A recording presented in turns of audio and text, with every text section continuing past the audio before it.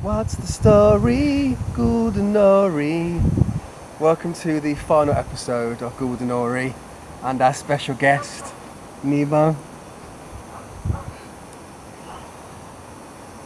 I'm going to finish where I started in terms of this book of poetry, The Black Deer, and it started with the title piece, The Black Deer, which was taken from a story from a friend of mine, a farmer in Bridgnorth. Here it is, The Black Deer. I looked up to the high rock, shrouded by fall of night and rain.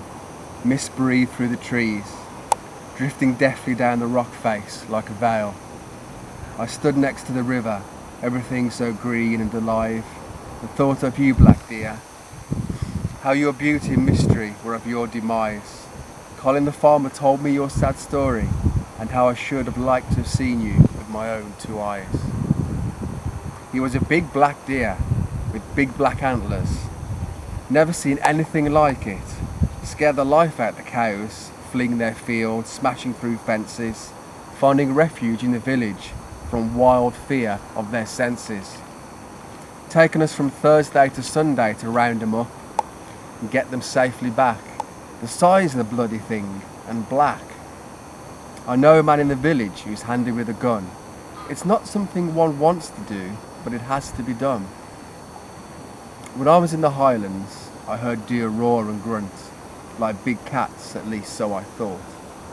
The silhouette of stag burnt into light and shadow, like I'd seen in pictures and postcards. But it's different in real life. But then, we all know that. But never one black.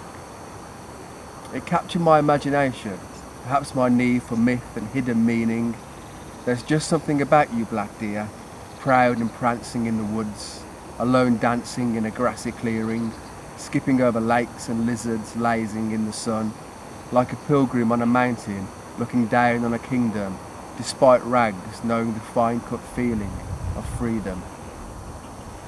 And to think shot dead for scaring some cows. But then cows do graze and humans do plough. Back to Bridgnorth. I began walking again, and there in the grass, a snake, déjà vu from a dream or real life. Which one be true? In my dreams, yes, not in the wild, perhaps pet shops and zoos. Surely I'd remember, because it's different in real life. I threw a stick to see if it was real. Didn't move, thus did prove the subtle play of mist and light, like trails of colours emanating from firelight. I've often dreamt of fishes too, with scales like rainbow mirrors, scooping them up in the palm of my hands from brooks, lakes and rivers.